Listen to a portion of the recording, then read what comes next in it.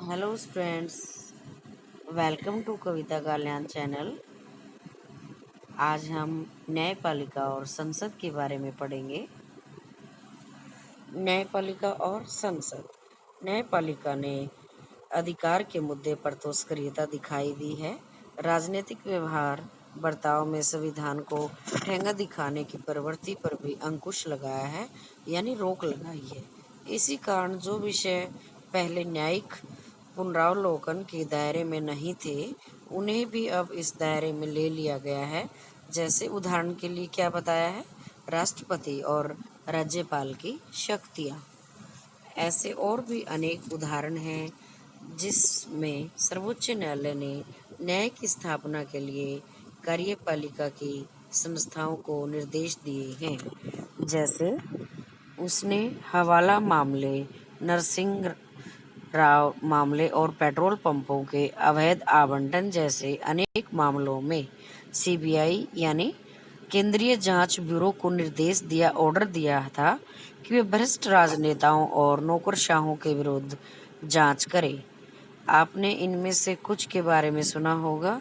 इनमें से कई उदाहरण न्यायिक सक्रियता के परिणाम ही हैं।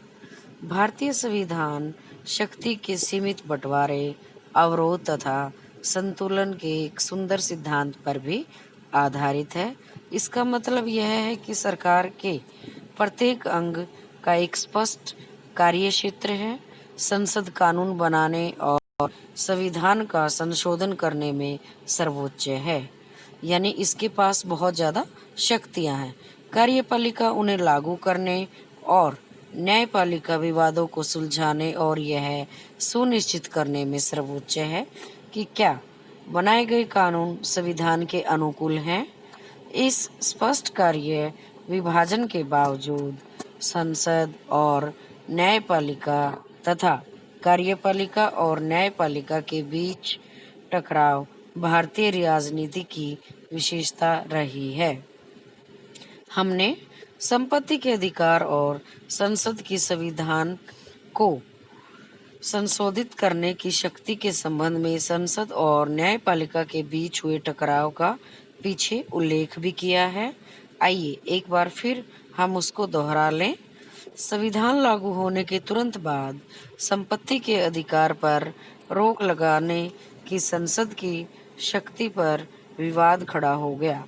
संसद संपत्ति रखने के अधिकार पर कुछ प्रतिबंध यानी कि रोक लगाना चाहती थी, जिससे भूमि सुधारों को लागू किया जा सके। न्यायालय ने निर्णय दिया कि संसद मौलिक अधिकारों को सीमित नहीं कर सकती। संसद ने तब संविधान की संशोधित करने का प्रयास किया, लेकिन न्यायालय ने कहा कि संविधान के संशोधन के द्वारा भी मौलिक अधिकारों को सीमित नहीं किया जा सकता। इसके कुछ पॉइंट्स हैं जो विवाद के केंद्र में निम्नलिखित मुद्दे थे। फर्स्ट क्या है, निजी संपत्ति के अधिकार का दायरा क्या है। सेकंड, मौलिक अधिकार को सीमित, प्रतिबंधित और समाप्त करने की संसद की शक्ति का दायरा क्या है। थर्ड पॉइंट, संसद द्वारा संविधान संशोधन करने की शक्ति का दायरा क्या है। फोर्थ पॉइंट है, क्या संसद नीति निर्देशक तत्वों को लागू करने के लिए ऐसे कानून बना सकती है जो मौलिक अधिकारों को प्रतिबंधित करे। 1967 से 1973 के बीच यह विवाद बहुत गहरा गया था। भूमि सुधार कानूनों के अलावा निवारक नजरबंदी कानून, नौकरियों में आरक्षण संबंधी कानून, सार्वजनिक उद्देश्यों के लिए निजी संपत्ति के अधिग्रहण संबंधी नियम और अधिग्रहित निजी संपत्ति के मुआवजे संबंधी कानून आदि ऐसे कुछ उदाहरण हैं जिन पर विधायिका और न्यायपालिका के बीच विवाद हुए।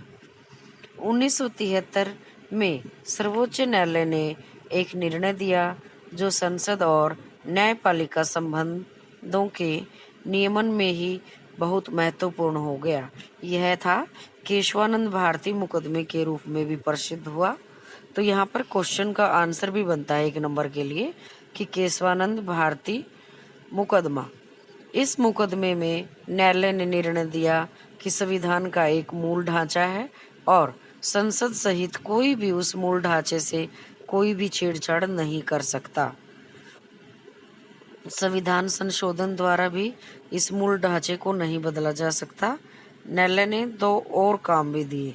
संपत्ति के अधिकार के विवादास्पद मुद्दे के बारे में न्यायालय ने कहा कि यह मूल ढांचे का हिस्सा नहीं है, इसलिए उस पर समुचित प्रतिबंध लगाया जा सकता है। दूसरा क्या था?